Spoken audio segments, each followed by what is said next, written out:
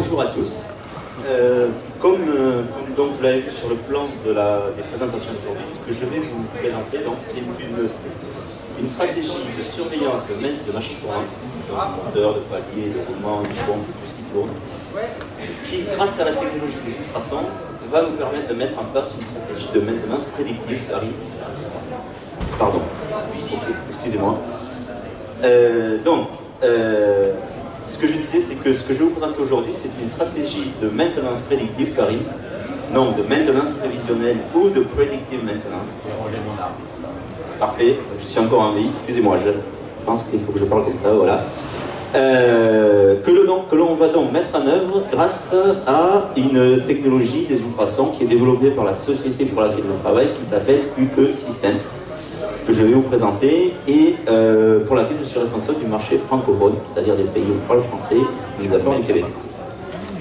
Vous l'entendez à mon accent, certes je suis responsable du marché francophone, mais j'habite dans le sud-ouest, je suis basé à Toulouse, avec un rayonnement pour la France, donc sur tout le territoire. Deux mots de notre société, donc c'est une société à la base américaine, notre siège, notre usine de production est à côté de New York. On ne fabrique que ces systèmes-là, que cette technologie-là depuis 45 ans maintenant. On est uniquement donc positionné sur ce marché des ultrasons. Et ce que l'on propose à nos clients, c'est une solution qui se décompose en trois parties. Une première partie matérielle, en l'occurrence un de nos appareils est là. Une deuxième partie formation sur site, c'est-à-dire que j'ai la voiture, je passe le permis. Et quand j'ai passé le permis, que je suis formé, je me mets un petit peu au volant, je commence à pratiquer un petit peu, et là-dessus on vous accompagne. Tout ça, c'est en principe un process qui dure une année, entre 6 mois et 1 an. Pardon. Et pour faire en sorte que vous soyez des champions de la maintenance prévisionnelle grâce aux ultrasons que l'on va utiliser. Les applications que l'on propose avec nos systèmes sont là. La première, la plus simple, la plus démocratisée, la plus connue, si je puis dire, concerne la détection de fuite de gaz ou d'air comprimé sous pression, quel que soit le gaz, quel que soit le système. L'idée étant de détecter, de localiser et de quantifier tout ce qui fuit, tout ce qui donc peut me coûter. De la même manière, je vais pouvoir détecter des fuites dans des systèmes en dépression et également regarder l'étanchéité d'un contenant que je ne pourrais mettre ni en pression ni en dépression, en l'occurrence des cubes, ce genre de choses. Toujours dans la partie fuite, ce que l'on sait faire, c'est détecter des fuites internes dans des systèmes de canalisation, notamment des fuites de vannes et pour les industries qui ont de la vapeur, des fuites internes sur des purgeurs de vapeur. Ce que je vais vous présenter aujourd'hui concerne la mise en œuvre de cette stratégie pour l'inspection de machines tournantes dans le mécanique. Donc ce à quoi je vais m'attacher, c'est à cette partie-là. Donc ça va être la suite de la présentation. Et ce que l'on sait faire également, qui est assez surprenant avec les ultrasons, qui génèrent des ultrasons, ce sont dans les installations électriques, surtout à haute tension, les défauts du type effet Corona, décharge partielle, amorçage. Donc l'amorçage et tout ce qui le précède, et également tout ce qu'il provoque, c'est-à-dire les problèmes de contact dans les installations électriques, en l'occurrence le desserrage. Donc, je vais m'appuyer sur un exemple, puisque ça a été discuté donc à la mise en place de cette présentation, sur un exemple de mise en œuvre de cette technologie chez un de nos clients, qui a mis en œuvre ce que je vais vous présenter pour ce type de système-là. C'est-à-dire c'est une grosse usine qui fabrique du plâtre au plâtre exactement, qui a dans un de ses ateliers un énorme ventilateur qui est nécessaire à la mise en place de la production. C'est-à-dire que si ce ventilateur tombe en panne, eh bien, certes, ce n'est pas ce ventilateur qui fabrique des plaques de plâtre. Par contre, dès lors qu'il ne fonctionne plus, plus personne ne peut rentrer. Il y a un tel nuage de poussière, une telle insécurité dans ce bâtiment que plus personne ne peut rentrer, plus personne ne peut travailler. Donc ça veut dire que c'est pour l'industrie en question un équipement critique. Typiquement, on est parti d'un état des lieux qui est le suivant. Cette société faisait de la visite laboratoire à raison de 2 inspections par an par une société extérieure. Ça s'est passé ça au mois d'août 2016, si je ne dis pas de bêtises. Au mois d'août, une inspection. Une semaine ou 15 jours plus tard, un rapport d'inspection. Tout va bien. Sur pas mal d'équipements, mais en l'occurrence, c'est les paliers que vous voyez là qui ont été inspectés. La personne reçoit un rapport, très bien. 15 jours plus tard, quelque chose comme ça, début septembre, ce palier-là s'est grippé, s'est cassé. Et vous imaginez ce qui s'est passé, bien sûr, en rapport où tout allait bien, je crois dormir sur mes 2 oreilles, et puis tout d'un coup, il y a un de ces techniciens, bien sûr, c'est arrivé un week-end, un vendredi soir exactement, et donc cet équipement-là s'est arrêté. Donc, pour reprendre les termes de Karim de maintenance prévisionnelle, je ne suis pas en train d'essayer de prédire, de savoir quand est-ce que le vidéoprojecteur va s'arrêter ou pas, ça je ne peux pas le savoir. Le temps qu'il va faire demain, ce que nous donne Météo France, et en fonction d'éléments qu'il mesure, aussi judicieux puissent être ces éléments, que l'on va dire, ben, il va pleuvoir ou il va faire beau, pour faire simple. Et là, c'est exactement la même chose qu'on veut faire. Donc, ce qui s'est passé, c'est que donc ce client est venu vers nous a expliqué la situation, il nous a dit, voilà, vu ce qui se passe, moi, je veux, plutôt que de faire, je veux faire. Est-ce que vous avez un outil qui me permet de façon simple, rapide, sans être un expert et d'analyse de fréquence de défaut et de trop grandes analyses, de me donner un diagnostic in situ et surtout qui me permette de ne pas attendre 3 mois ou 6 mois qu'une société extérieure vienne et me diagnostique donc ce qui se passe ou ce qui ne se passe pas sur ma machine. Donc ce que nous avons proposé, c'est la solution que je vais vous présenter, cette solution s'applique certes à ce que vous voyez ici, mais de façon plus générale à tout ce qui tourne et qui par rotation va mettre 2 pièces, 2 éléments physiques en contact. L'élément de base qu'on trouve partout, c'est le roulement. Qu'il soit à bille, à galet, quel que soit le type de roulement. Quand un roulement se met à tourner dans une machine, eh bien, je vais mettre en contact une bague extérieure, des billes, une bague intérieure, et tout ça par rotation. Ça va générer un niveau ultrasonore que l'on va détecter, que l'on va enregistrer, que l'on va suivre dans le temps, et qui va nous permettre de dire où j'en suis du niveau d'usure et du niveau de défaillance de mon installation. Je vais vous en dire plus pour la suite.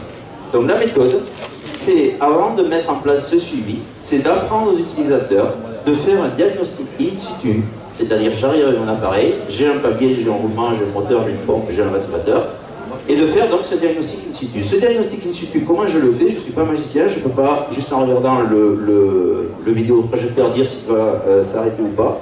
Eh bien, je vais venir plugger un capteur comme ça, aimanté, je ne sais pas si on a une pièce en métal par là, soit directement sur le palier, soit sur une petite plastique que j'ai fixée sur le palier. Et la première des choses que je vais faire, avant même de faire des mesures et de suivi dans le temps, quand je vais avoir réglé l'appareil, je vais connecter un casque d'écoute à cet appareil qui va venir relever un niveau ultrasonore sur mon palier et qui va me transmettre une image audible. C'est-à-dire que moi, humain, je suis capable d'écouter des sons mais pas d'ultrasons. Donc c'est bien beau de faire des mesures, mais si en plus de faire ces mesures, je suis capable de savoir et de sentir ce qu'il est en train de se passer sur ma machine, ça me donne à moi, technicien de maintenance qui suis sur le terrain, quelque part une information complémentaire par rapport à toutes les mesures et à tout le suivi que je veux faire. Donc, la première partie de l'approche, si vous voulez, concerne donc cette écoute et ce diagnostic in situ. La deuxième, le suivi dans le temps, je vais vous le présenter dans la suite de la présentation. Le but de cette affaire, c'est d'identifier au plus tôt, pour éviter donc l'exemple que je viens de vous présenter, la défaillance. Et si j'arrive à identifier au plus tôt, en tout cas même avant la défaillance, un changement de mode, c'est-à-dire des éléments qui me disent attention, il est en train de se passer quelque chose, ça ne veut pas dire que le roulement en question, je vais changer demain matin, que je vais changer tous mes paliers, tous mes roulements, mais j'aurai une information qui va me permettre de réagir et d'être quelque part prédictif, certes, comme disait Karim, mais surtout d'anticiper, d'être proactif. Et l'idée étant, avant d'avoir 42 fièvres et d'aller chez mon médecin, d'aller consulter un spécialiste, si je prends peut-être une petite aspirine, eh bien j'arrive à m'en sortir comme ça. C'est vraiment ce qu'il y a derrière. Ça, c'est pour la partie diagnostic. Et ce que l'on peut faire également en faisant ces mesures, c'est de gérer le graissage, donc la lubrification de tout ce qui tourne, pour les roulants agressés, et de pallier à une typologie de machine tournante qui n'est pas si facile que ça à diagnostiquer. Ça concerne les faibles vitesses de rotation. Quand je tourne doucement, c'est difficile d'aller identifier qu'il se passe quelque chose de grave, si je peux dire, ou de pas grave d'ailleurs, dans une machine tournante. Donc, il y a un concept sur lequel on s'appuie, dont on use et dont on abuse dans cette histoire, c'est le fait que dès lors que je mets 2 pièces mécaniques en contact, 2 corps physiques en contact, je produis avec de l'énergie et le mouvement, je produis une friction, et que cette friction produit des ultrasons. Ça veut dire quand je vais venir détecter, comme on le voit ici, et mesurer une intensité en décibels qui correspond sur une machine tournante, mon intensité en décibels, elle est directement liée, elle est directement proportionnelle au niveau de friction qui se passe sur mon palier. Et que s'il n'y a pas de discontinuité de matière entre l'endroit où ça se passe, c'est-à-dire entre mon palier et entre mon roulement, et l'endroit où je viens poser ou fixer mon capteur, il faut pas que j'ai discontinu matière. Si mon roulement est monté, si j'ai discontinu matière, alors là j'arrête tout, ça veut dire que il y a des choses vraiment graves qui se passent sur mon palier. Eh bien je vais venir tout simplement détecter à une fréquence donnée que l'on vous indique, pour laquelle on vous forme, qui ne sort pas du chapeau, qu'on explique en formation, détecter ce fameux niveau ultrasonore et mesurer cette intensité en décibels. Ça c'est pour le principe. Alors, la chance que l'on a, c'est que on ne veut concurrencer personne là, on parle d'autres technologies. Il n'y a pas le médecin quand il me diagnostique un, je sais pas moi, quand je fais des examens dans un hôpital, je ne fais pas ou un scanner ou un IRM, voilà, il y a une panoplie d'outils. La chance que l'on a, c'est que avant même d'être défaillant, mon roulement quand il se met à tourner, dès lors qu'il se met à tourner, il va mettre en contact deux parties mécaniques et il va créer un niveau ultrasonore. Ça veut dire que mon point zéro, ma référence, je vais l'avoir, j'ai la chance de pouvoir le détecter avant même d'avoir une défaillance. Si j'ai la chance de le détecter avant d'avoir une défaillance, je vais pouvoir l'enregistrer, en suivre l'évolution, et dès lors que je vais avoir une évolution, en l'occurrence une augmentation de cette intensité en décibels qui correspond à une augmentation du niveau de friction, en mettant des niveaux de préalarme et des niveaux d'alarme, je vais pouvoir arriver à dire, ben demain il y a peut-être un peu plus de chances qu'il y ait des nuages qu'aujourd'hui, donc il reste à pleuvoir, pour le faire, pour vulgariser mon intervention. Donc, il y a des grands savants qui ont mis en place ce genre de courbe que les Américains appellent PF curve, Point to Failure curve. Donc, la première grandeur physique que je vais créer, c'est celle-ci. Bien évidemment, dès lors que ce niveau de friction s'élève, je vais venir par un accéléromètre être capable de mesurer une vibration physique sur mon palier. Ça ne veut pas dire que ça, je le mesure tard, mais qui dit vibration, l'accéléromètre, ce qu'il vient mesurer, c'est l'accélération de la vibration physique de mon palier. Pour le créer, ça, malheureusement, il faut que je sois déjà assez souvent, surtout à faible vitesse, que mon niveau de défaillance soit assez élevé. Et bien sûr, ensuite, je commence à avoir des particules dans l'huile et dans la graisse, je chauffe, et bon, le but étant d'éviter ceci. Au plus tôt j'ai l'information sur quelque chose, au plus je vais éviter, je vais avoir pour l'information que ceci peut arriver. C'est ça que je veux absolument éviter, c'est le palier de mon ventilateur qui casse. La méthode de mise en place de suivi, donc pour mettre en place cet historique, pour mettre en place donc, cette fameuse stratégie de maintenance prévisionnelle, la méthode est là. La première des choses que je vais devoir faire, c'est identifier tous les points que je veux suivre, en commençant par les points critiques, bien évidemment. Je vais les identifier, je vais en créer une ronde d'inspection vierge en les nommant dans un logiciel qui est fourni avec le matériel, qui s'appelle Ultra pour ultrason, Train pour suivi, Data Management Software pour DMS, qui va me permettre de faire une cartographie de tout ce que je veux suivre. Tout ça, je le mets dedans. Quand je l'ai créé dans mon logiciel, je le transfère via une carte SD sur le matériel dans l'appareil. Tous ces points vont apparaître donc sur l'écran, sur l'écran de l'appareil ici en haut à gauche. Vous voyez peut-être pas, je sais pas. Bon là, j'ai pas de ronde qui est chargée, donc j'ai pas de points. Tous ces points vont apparaître là. Et ce que je vais faire, une fois que je vais avoir tous ces points, je vais effectuer une tournée d'inspection en collectant les mesures. Et cette tournée d'inspection collectée, je vais la transférer dans ce fameux logiciel pour arriver à, pour chacun des points que je veux suivre, que j'ai décidé de suivre, à avoir un graphe visuel de suivi qui se présente comme ça. Sur ce graphe, j'ai 4 informations. La première ici, c'est le niveau de base, le niveau de référence à l'instant T0, c'est-à-dire au moment où j'ai commencé à mettre en place cette stratégie de maintenance, mon roulement, mon palier, il a été capable, donc ici en ordonnée, j'ai mes fameuses valeurs en décibels dont je vous parlais tout à l'heure, et ici, en abscisse, j'ai ma valeur temps, c'est-à-dire j'ai fait une mesure au mois de mars, au mois d'avril, au mois de mai, donc voilà, j'ai mon temps ici en abscisse, et qu'est-ce que je fais? Je vais regarder comment évolue dans le temps cette intensité en décibels qui correspond à mon fameux niveau de friction. Pour mettre ça en place, il faut savoir faire 4 choses.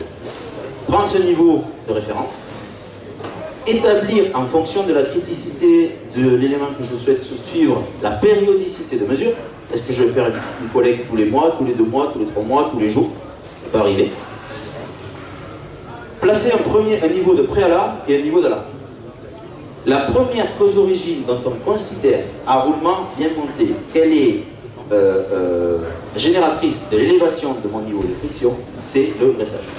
C'est-à-dire que mon premier niveau d'alarme ici, je l'appelle alarme de pré-alarme ou alarme d'agressage, c'est-à-dire qu'avant de dire par rapport à une référence donnée, je vais venir changer ce roulement, je vais faire quelque chose sur ce roulement de façon physique, je viens juste voir si ce roulement, ce qui se passe sur ce roulement, c'est pas juste un manque de graisse. Par rapport au dressage, en faisant ce suivi, j'ai 3 informations. Quand je suis en alarme comme ça, j'ai 3 informations. La première, c'est que je suis en alarme de dressage, donc on va dire j'ai besoin de graisse. La deuxième, c'est quand, à quel moment. Ça, c'est 2 informations pour les personnes qui ont à mettre en place une stratégie de lubrification au-delà de la stratégie de maintenance prévisionnelle. C'est 2 informations qui sont cruciales. Parce qu'aujourd'hui, ce qui se passe souvent dans l'industrie quand on graisse, c'est à fréquence fixe. C'est-à-dire que je ne sais pas, je viens du sud-ouest, on gave des canards. Je ne sais pas, c'est un scoop pour personne. Dans l'industrie, on gave des roulements. C'est-à-dire que je viens à fréquence fixe graisser un roulement dont je ne sais pas s'il en a besoin, dont je ne sais pas si c'est le bon moment, et dont je ne sais encore moins si, pour autant s'il en avait besoin, quelle quantité de graisse je dois lui donner pour ramener son niveau de friction à ses valeurs optimales. Donc ce faisant, je fais 3 choses. Je mets en place certes un suivi de l'état de santé de mes équipements tournants, mais sur le restage, je fais 3 choses. Là, j'ai 2 infos. La première, il a besoin d'être graissé. La deuxième, quand? Il me manque une information. C'est quelle quantité de graisse je dois lui donner pour le ramener de une quarantaine de décibels ici, si j'arrive à lire sur mon graphique, donc le niveau de friction qui se traduit en niveau ultrasonore par 40 décibels, à une valeur standard qui correspond à ce niveau de friction standard sans besoin de graisse. Donc, qu'est-ce qui me manque pour connaître la quantité de graisse qui me permet de passer d'ici à là? C'est d'écouter, alors où est-ce qu'il est mon... voilà, c'est d'écouter mon palier pendant que je le graisse. Comment tout ça, ça se présente? C'est-à-dire que sur mon usine, je vais avoir 2000 paliers que je suis comme ça. Sur mes 2000 paliers, je vais en avoir 1825 qui sont pas en alarme. Je vais en avoir, je dis n'importe quoi, une centaine qui sont en alarme de graissage et peut-être, allez, 50 qui sont ici. Je vais extraire de mes suivis comme ça tous les points qui sont en alarme de graissage pour en créer une sous-ronde. Et cette sous-ronde, je vais la transférer vers un deuxième petit appareil que je n'ai pas là, qui va me permettre d'écouter mes paliers pendant que je les graisse. Et je vais dire à la personne qui graisse, plutôt que de faire des graissages systématiques comme tu faisais jusqu'à maintenant, tu arrêtes ça. Tu vas juste faire tes relevés pour avoir ce genre de suivi. Et sur ceux qui sont en alarme, et uniquement sur ceux qui sont en alarme, tu vas aller les graisser, les écouter pendant que tu les graisses. Si la cause d'origine de cette élévation en décibels était liée à un manque de graisse, pendant que tu vas les graisser, tu vas écouter dans ton casque, puisqu'ici aussi, on ne le voit pas, mais je viens connecter un casque d'écoute à mon petit système, et bien pendant que tu graisses, tu vas écouter l'image audible du niveau de friction, donc du niveau ultrasonore qui baisse. Et il va arriver un moment où la graisse va avoir fait son effet, où tu vas continuer à graisser. Et que tu peux continuer à graisser si tu es arrivé au niveau de friction standard optimal de ton palier, la graisse ne va plus faire d'effet. Et là, surtout, tu arrêtes de graisser. Et ce faisant, j'ai fait 3 choses. Je n'ai graissé que les roulements qui en ont besoin, au moment où ils en ont besoin, et avec la bonne quantité de graisse. Tout en mettant en place un suivi de l'état de santé de la machine tournante. Tout ça en mesurant et en enregistrant, pardon, un niveau en décibels que, alors, excusez-moi,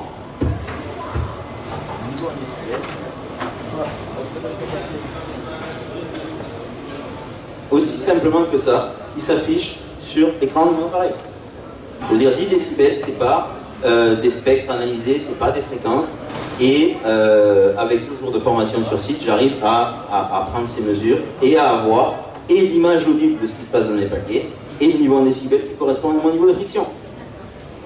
On est loin et on ne souhaite surtout pas, même si on peut le faire, parce qu'il y a d'autres caractéristiques sur le matériel, on est loin de l'analyse de fréquence, de mes relevés d'analyse de rythme. J'ai fait de l'analyse vibratoire pendant 10 ans, hein, c'est une super technologie. Mais si je ne suis pas un expert du domaine, et même les experts, je peux leur envoyer, parce que l'histoire de notre ventilateur, là, pour laquelle une stratégie d'ultrason a été implémentée, il y a eu des suites, justement pour tester avec différents prestataires, pour tester sur les mêmes paliers, si vous voulez, les niveaux vibratoires, et malheureusement, sur le même palier, 3 inspections, 3 résultats différents. Même si toutes sont bonnes, moi je suis utilisateur, je suis responsable de maintenance de mon usine, j'en ai rien à faire à la limite, que j'ai un pic à 30 kHz, l'autre à 32 et l'autre à 45. Ce que je veux savoir, c'est pas prédire combien de temps ça va durer, ça on nous demande souvent, ça on ne peut pas le dire. C'est avoir une information simple que je peux prendre moi-même, que je puisse corréler à un état physique de ma machine, qui me disent, là, je peux continuer à vivre dans le suivant, là, je suis bon, là, par contre, il se passe des choses.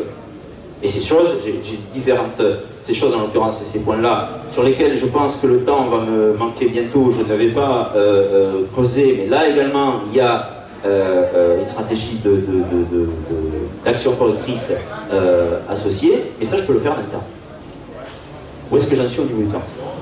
On a encore du temps. Super. Je me méfie, je pose la question parce que je ne suis pas bavard comme vous voyez et je me suis déjà fait avoir une fois au niveau du temps, donc voilà. Est-ce que je suis clair sur ce principe, hein? Les choses simples, ce qui se conçoit bien, c'est clairement, mais pour le dire aisément, on va dire ça comme ça, le but c'est que ce soit simple et efficace. Alors, ce qui ne m'empêche, puisque j'ai un peu de temps quand même, de vous dire que, imaginons que je n'ai pas d'analyse du rapport et que je souhaite, surtout dans des cas d'élévation de niveau de friction comme ça, relativement élevé par rapport à ma référence, pouvoir analyser ce qui se passe dans mon roulement, dans mon palier, et ce qui réellement et concrètement, et surtout quand ça arrive de façon récurrente, là ça vaut le coup d'analyser, ce qui se passe dans mon palier quand j'ai des points d'alarme rouge comme ça. Ce que je vais pouvoir faire, alors je ne sais pas si j'ai un slide là-dessus, je ne crois pas, mais je vais vous le dire, ce que je vais pouvoir faire avec ce système, c'est en plus de mesurer et d'enregistrer cette valeur en décibels, c'est de visualiser et d'enregistrer également,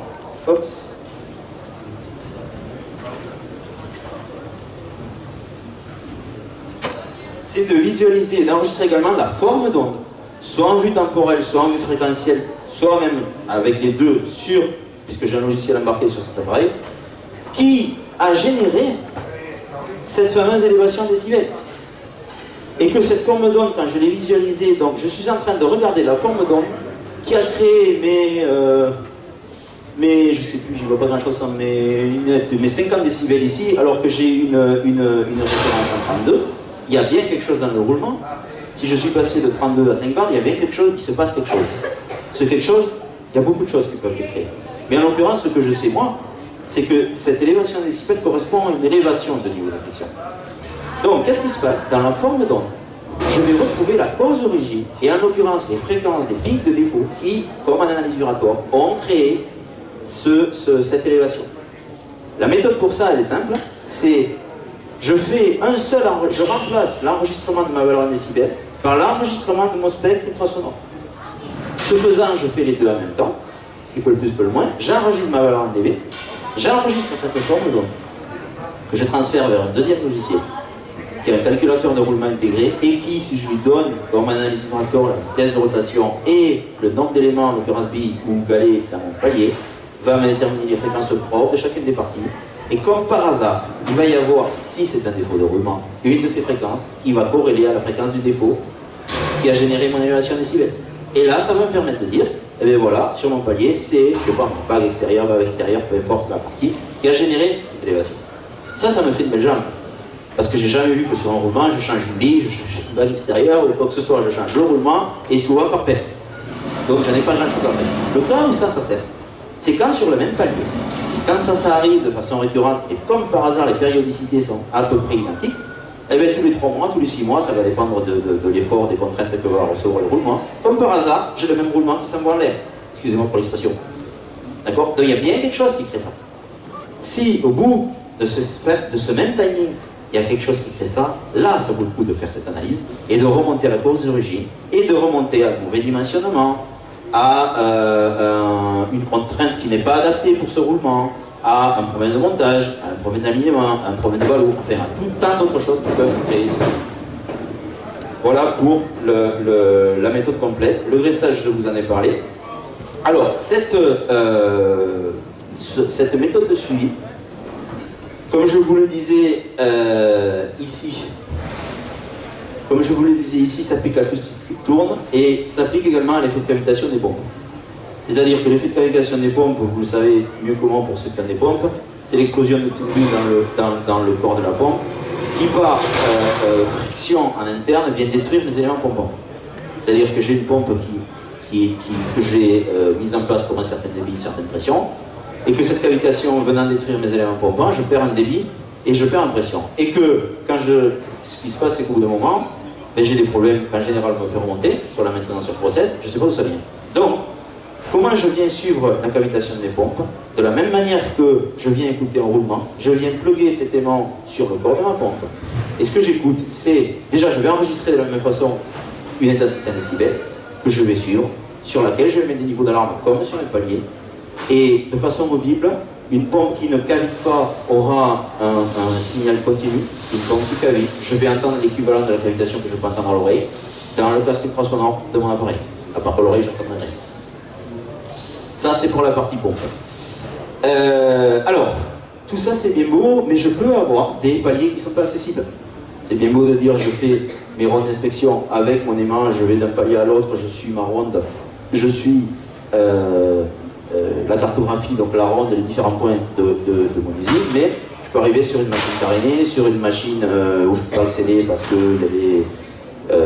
pour quelque raison que ce soit. Donc, il a fallu transposer l'équivalent de ce capteur magnétique, de ce capteur aimanté, par des systèmes de capteurs fixes qui vont, via des pastilles qui sont fournies avec, pouvoir être fixés sur les paliers et connectés à des boîtiers comme ça, sur lesquels on peut mettre jusqu'à 8 capteurs.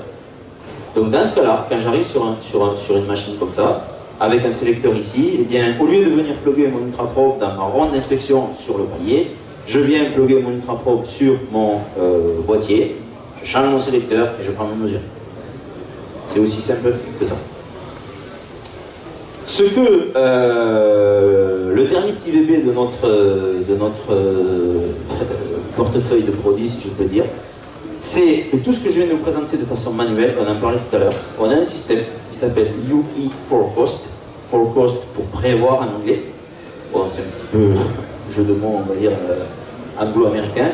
C'est-à-dire que tout ce que je viens de vous présenter là de façon manuelle, il y a un système qui, paramétré avec le même logiciel, va me faire ces acquisitions de façon automatique. C'est-à-dire que de façon automatique, il va venir à une fréquence, à une périodicité que je paramètre avec le logiciel, prendre mes valeurs en décibels ici, établir mes niveaux de préalarme. À partir du moment où je passe un niveau de préalarme, venir m'enregistrer le spectre ultrasonore que vous avez eu, me le garder dans la mémoire du boîtier, m'envoyer un mail en me disant usine connectée 4.0, ça me fait penser à la discussion qu'on a eu tout à l'heure, m'envoyer un mail en me disant sur ce palier il se passe quelque chose, et là j'ai plus qu'à venir sur mon logiciel, venir depuis mon logiciel attaquer la mémoire de ce boîtier pour ne pas me remplir la mémoire des serveurs, et venir voir quel enregistrement il a fait, et faire l'analyse si nécessaire. Ça c'est pour donc faire de la surveillance permanente. Ça ne va pas s'appliquer, ça va s'appliquer à des systèmes critiques, à des équipements uniques, à des équipements qui, s'ils s'arrêtent, j'arrête l'usine. Je ne vais pas mettre des paliers comme ça partout. Si j'ai un petit, puisque je suis dans les temps, si j'ai jusqu'à un certain temps, je suis dans les temps, ok. Si j'ai un petit, comment dire, résumé de ce que je viens de vous dire à faire, c'est que déjà ça je peux l'appliquer un peu partout, quel que soit l'enroulement, c'est un roulement pour nous. Qu'ils soient ok, ils ont tous leurs caractéristiques, tous leur charge, toute leur vitesse, tout ça. Par contre, le principe de génération de niveau de friction de roulement, c'est le même. Que je peux mettre en œuvre dans plusieurs applications. Là, je vous ai parlé de la partie machine tournante, mais il y a toutes les autres, donc fuite, inspection électrique, VAR, tout ça. Que le but de cette affaire, ce qu'on dit aux clients en formation, et en général les formations, je pense que c'est un bon exemple, c'est des modules de 2 jours sur site. Déjà, on ne veut pas monopoliser quelqu'un pendant plus de 2 jours, c'est difficile dans une usine. Et d'autre part, il y a une partie pratique. C'est-à-dire que ce qu'on veut, c'est que le technicien de maintenance qui va mettre ça en œuvre puisse, au bout de 2 jours, se mettre un casque sur les oreilles, faire un diagnostic in situ de ce palier, enregistrer de façon simple parce qu'il va leur en décibels, et mettre ça en place. On ne veut pas un spécialiste de l'analyse vibratoire, des specs, de ceci, cela. Ça, c'est un métier à part. Enfin, à part. Un très beau métier, mais c'est un métier. Quand je fais de la maintenance in situ, je ne peux pas souvent faire ça. J'ai pas le temps, j'ai pas les ressources, j'ai pas tout ça. Le gros avantage, si je peux dire technique, c'est la précocité de détection. Cette valeur en décibels, elle va m'alerter très tôt. Il se passe quelque chose au niveau du niveau de friction de mon palier. Si j'ai cette information tôt, je vais avoir beaucoup plus de temps pour réagir et pour prévoir soit un pressage, soit un changement de prochain arrêt, soit, en tout cas, le but c'est d'éviter cette fameuse casse. Et donc je pense, de gérer le caissage, de s'attaquer aux faibles vitesses de rotation. Alors, là je fais un petit aparté peut-être pour ceux qui font déjà dans les vibratoires. Les faibles vitesses de rotation, c'est très difficile, voire impossible à monitorer avec l'analyse vibratoire. Un accéléromètre, quand vous mettez sur un palier un accéléromètre, il vient mesurer l'accélération de la vibration physique. Vous comprenez que si je tourne doucement, pour que mon palier génère une vibration physique, pour que j'ai une vibration physique sur mon palier, ça veut dire qu'il faut que j'ai une énergie importante qui, à faible vitesse, sera basse pour générer cette vibration. Et malheureusement, quand je vais détecter quelque chose, ça va être souvent tard, voire je ne détecterai rien du tout ici. Et enfin, donc, comme je vous le disais, la possibilité de transposer tout ceci à l'analyse permanente, en surveillance permanente pour les équipements qui nécessitent avec le système proposé. Je vous ai à peu près dit tout ce que je voulais vous dire là-dessus. J'espère avoir été clair. Je crois être dans le timing aussi. Il ne me reste plus qu'à vous donner le micro si vous avez des questions. Pardon. Hop. J'ai été trop clair. Pour cette solution qui peut s'inscrire dans l'industrie, en tout cas 4.0, c'est vrai que c'est un sujet, c'est le sujet du moment, avec notamment des solutions assez simples à mettre en œuvre, mieux dimensionnées aussi par rapport à ce que je veux faire, et surtout répondant aussi peut-être à un besoin en matière de recrutement, c'est-à-dire on a peut-être des gens peut-être pas forcément experts en analyse vibratoire dans une société, on peut faire la financer. Est-ce que justement cette solution a été développée aussi pour pallier sur ce problème-là? Je vais vous répondre à cette question en vous donnant juste un adage et une phrase qu'on utilise avec mon collègue. Ce qu'on dit à nos collègues aux États-Unis qui ont conçu ces systèmes depuis 40 ou 45 ans, pour se moquer un petit peu quand même aussi au passage, c'est de leur dire que c'est fait par des Américains pour des Américains. C'est-à-dire que les Américains, ils sont pratico-pragmatiques. Ils n'ont pas de qualité, loin de là. Mais un gars qui fait ce genre de suivi, il fait que ça. Et si on lui met des choses trop compliquées dans les mains, soit il va pas faire, soit il va se tromper, soit il va chercher midi à 14h pour faire quelque chose. Là, le but, ce qu'on dit en formation en DU, c'est qu'il vous faut 2 caractéristiques. Ah, et peut-être une troisième, c'est de ne pas être sourd. Et même si vous avez, on a eu des gens comme formés qui avaient des appareils de correction auditive, voilà, et pas aveugle. Le reste, je veux dire, pour écouter le champ d'un roulement, le champ pour toutes les applications dans un casque et lire une valeur en décibels, lire, il n'y a pas besoin d'une sortie de Saint-Cyr. C'est le tournevis de nos anciens. Et dans cette information que l'on remonte dans la plage, de toute façon, à une fréquence donnée, il y a un maximum d'informations. Et le but, c'est d'utiliser cette information de façon simple et basique. Oui, après, je peux faire des enregistrements, faire de la vie, tout ça, bien sûr. Mais restons pratico-pratiques et pragmatiques d'abord. Je ne vais pas chez le cardiologue dès lors que j'ai la grippe. Je prends une aspirine là-haut. Et l'aspirine, bien souvent, je vais la chercher à la pharmacie sans rien aller chez le médecin. C'est ça. C'est ce qu'on veut faire.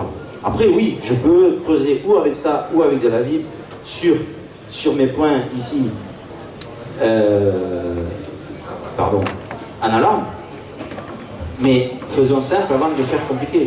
Une fois de plus, exemple, je ne vais pas chez le médecin spécialiste avant de passer par le généraliste, c'est celui-là. Et le généraliste, c'est moi dans l'usine. Je ne vais pas appeler le hyper spécialiste chaque fois que j'ai quelque chose qui ne va pas. Ça m'a coûté trop cher, il va y avoir des délais, enfin, je vais casser comme là. Et le but de ça aussi, de la techno, la philosophie de la solution qu'on propose, c'est qu'un industriel, en général, quand il a une des applications, quand il a celle-là, s'il a celle-là, il a forcément de l'électricité qui alimente tout ça. Donc il a peut-être une équipe ou la même équipe de maintenance qui va faire l'inspection des installations électriques.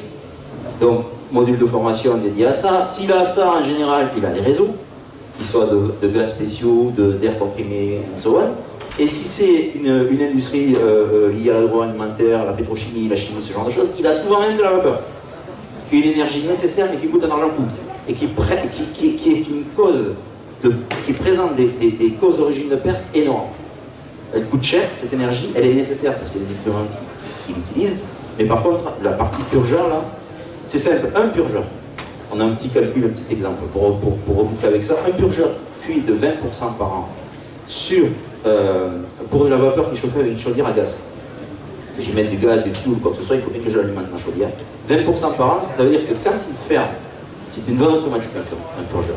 Ça veut dire qu'à un moment donné, quand il va être en position fermée, c'est-à-dire que vous conservez ma vapeur dans mon réseau pour ne pas laisser partir du condensat, au lieu de fermer complètement, il va fuir de 20%. Ça veut dire qu'il va laisser échapper 20% de la vapeur. Sur le prix moyen du gaz payé dans l'industrie pour chauffer de la vapeur, ce purgeur-là, il me coûte 6 000 € par an. 6 400 €, exactement si j'ai le chiffre en tête. Et un purgeur qui fait de 20%, je ne le vois pas. Parce que les échappements de vapeur ne sont pas à l'atmosphère, sauf dans les grosses raffineries où je vois de la vapeur partout et où là, personne ne fait attention. Mais ça, à nous, en tout cas, ça nous alerte des euros et des dollars qui s'en vont, même si, voilà. Ça me coûte 6 000 € par an. Des purgeurs, j'ai des industries, il y en a des centaines. Typiquement, un équipement comme ça, la philosophie, c'est de le payer, de le rentabiliser très rapidement sur ces énergies-là et d'en maximiser l'utilisation sur la maintenance prévisionnelle qu'on fait sur ce sujet-là. Le but étant, le but de la maintenance prévisionnelle, c'est ok d'intervenir que quand j'ai un problème, mais surtout d'éviter ça. Parce que quand j'ai cette casse-là, si je remonte à mon ventilateur ici, c'est quoi? C'est des plaques de placopartes qui sortent par derrière. C'est des nuggets qui sortent pas si je fabrique des nuggets. C'est des produits chimiques, si c'est des produits chimiques qui sortent pas. Et ça me coûte encore plus cette panne que ça. Donc le but de cette affaire, c'est oui, de faire de la maintenance prévisionnelle, j'avais failli dire prédictive, mais aussi de réduire mes coûts. Et également alors si on peut parler de graisse, réduire également des consommations de graisse, réduire du temps de graissage, faire des actions plus ciblées. C'est ça, et si je fais des actions plus ciblées tout en réduisant ces coûts d'énergie, oui, je réduis mes coûts.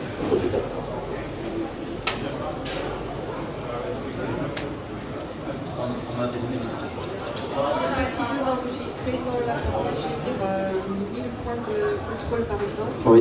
Et de les suivre, sans les ressaisir par exemple. Oui, alors, alors attendez, qu'est-ce que vous voulez dire de les suivre sans les ressaisir? Maintenant j'ai 1000 points de contrôle dans une usine, est-ce que je vais garder, je peux renforcer les 1000 points de contrôle oui. Et les garder en mémoire sur l'appareil pour faire voilà, les 1000 points de contrôle en mémoire? Alors, la réponse est oui. Et comment je fais ça? Hop, voilà. Ici, vous ne le voyez peut-être pas très bien, en fait. Là, ce que je fais dans mon logiciel, c'est que je vais créer une cartographie, une arborescence de tous les points que je suis. Cette cartographie, une fois que je l'ai créée là-dedans, 1000 points d'un coup, vous pouvez le faire. Où il n'y a pas de limite. Par contre, on ne vous conseille pas de le mettre d'un coup. Ce qu'on préconise, c'est de faire des groupes. Des groupes par équipement, par atelier, par zone, pour plusieurs raisons. D'abord, si pour une raison ou pour une autre, vous perdez les données, c'est moins grave de perdre les données ou la carte SD d'un groupe que de tout perdre. La deuxième des choses, c'est que 1000 points, comment dire ça, vous allez, 1000 points mis sur 1000 points, vous allez avoir des points qui sont en alarme. Il va foutre, c'est bien beau de faire 1000 points, mais une fois, le but de cette affaire, ça va être de trier et livrer du grain, en l'occurrence l'alarme, ce qui est en alarme de ceux qui ne l'est pas, par zone.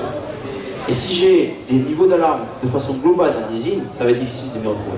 Donc la réponse est oui, je les crée une fois, je les crée par groupe. Une fois que je les ai créés là-dedans, je les transfère par groupe ou ensemble. Ça peut se faire ensemble. On ne le préconise pas, mais ça peut se faire dans l'appareil. Je prends les mesures, je retransfère quand j'ai pris les mesures dans le logiciel, et là-dedans, je peux le faire indéfiniment. Je peux avoir...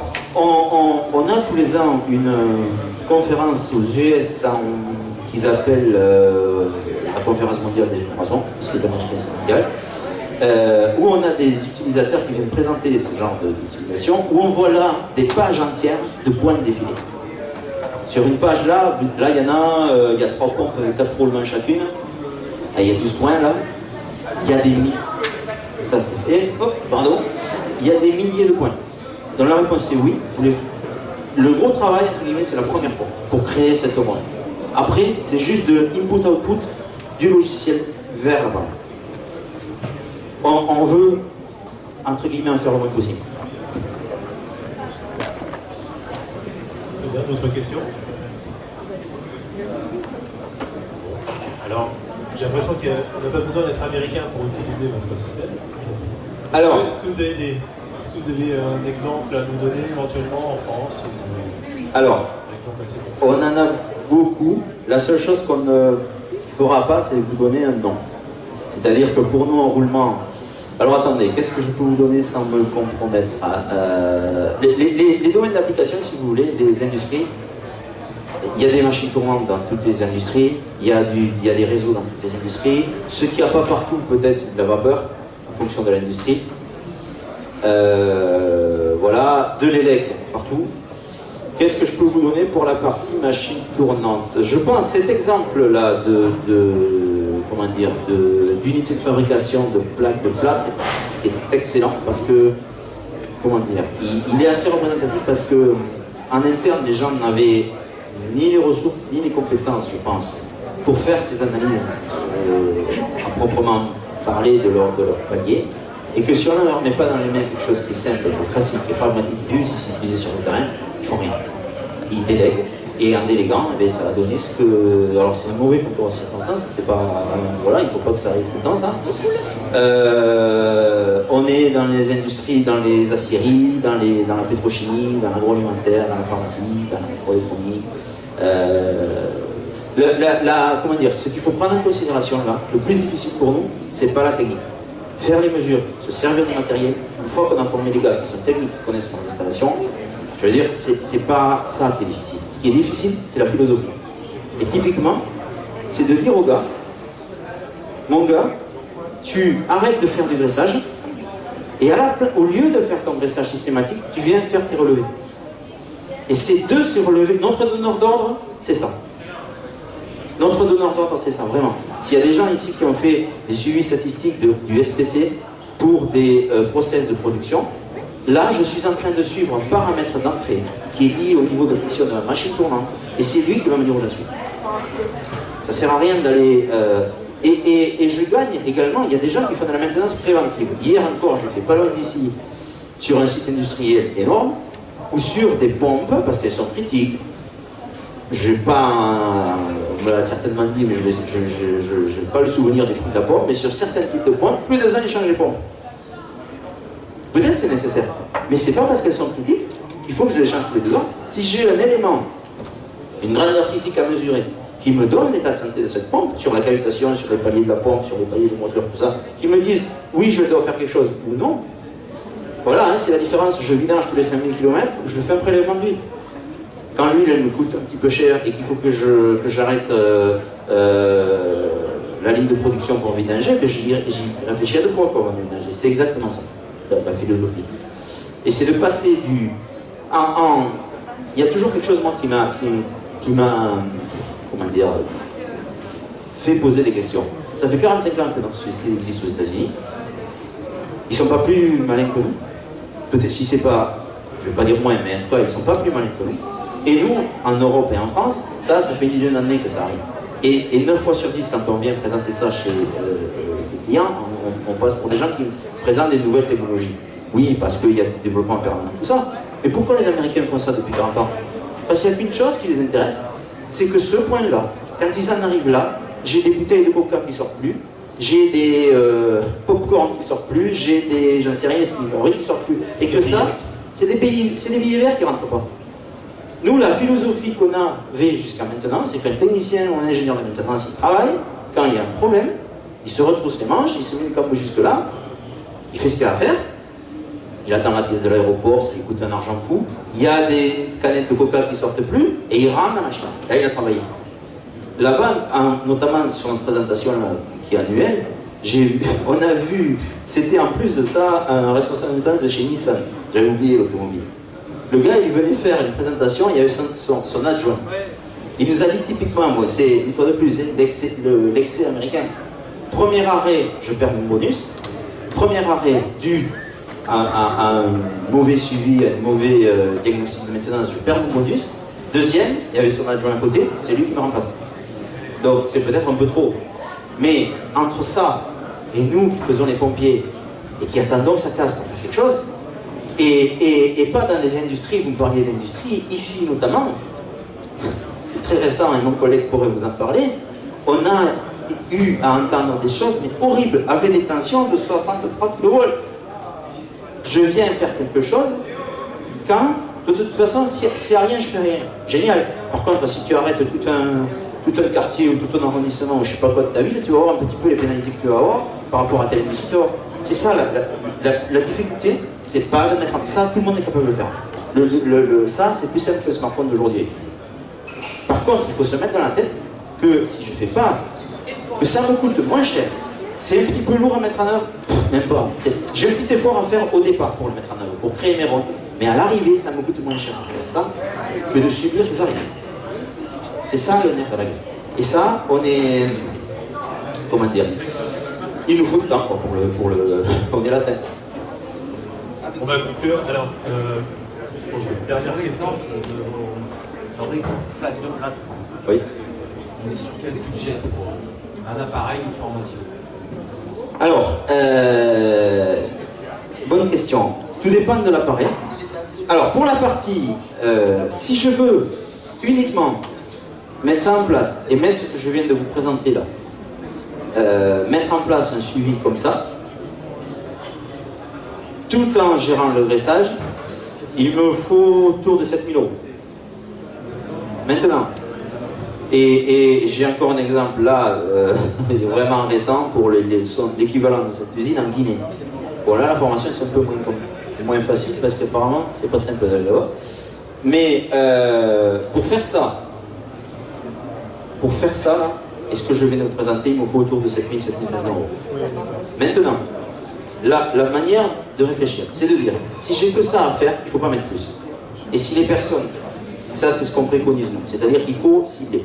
Ça ne sert à rien de vous dire, je suis là pour cibler, pour gagner du temps, tout ça, si on vous met dans les mains une usine à glace, donc vous allez utiliser 3% de ce qu'elle peut faire. Maintenant, si dans la même industrie, vous avez d'autres équipes qui sont sensibles à ça et qui ont ça à faire, ça coûtera moins cher d'acheter un appareil comme ça, complet, à 14 ou 15 000 €, parce qu'il sera utilisé pour tout, plutôt que de, si vous n'avez besoin que ça, 7 000, 7 500 €. Si vous voulez tout faire, et de façon complète, il faut compter le double. Tout dépend, là il y a une gamme de matériel, il y a 8 appareils, voilà, là-dessus, et il y a des gens à qui on dit, dernièrement j'étais au Maroc, en sortant d'une équipe dans une usine dans l'industrie de la papeterie, les gars on sort d'un local acheté, on va faire de la maintenance prédictive, peu importe où ça se passe. Je sors de ce local, un câble de 20 kV qui passe dans une flaque d'eau. Je leur ai dit, vous voulez faire tout ce que vous voulez, mais avant d'aller vouloir faire du prédictif, réparez ce que vous voyez déjà. Le but c'est voilà, de cibler... Vous pouvez continuer les échanges juste à côté, il n'y a aucun souci. Là, on va laisser quand même la place à notre Merci beaucoup. présentation. Et n'hésitez pas si vous avez des questions. Je suis là et mes coordonnées aussi. Et n'hésitez pas également dans le prochain numéro du magazine Production Maintenant sur un spécial analyse vibratoire, un spécial dossier de lubrification.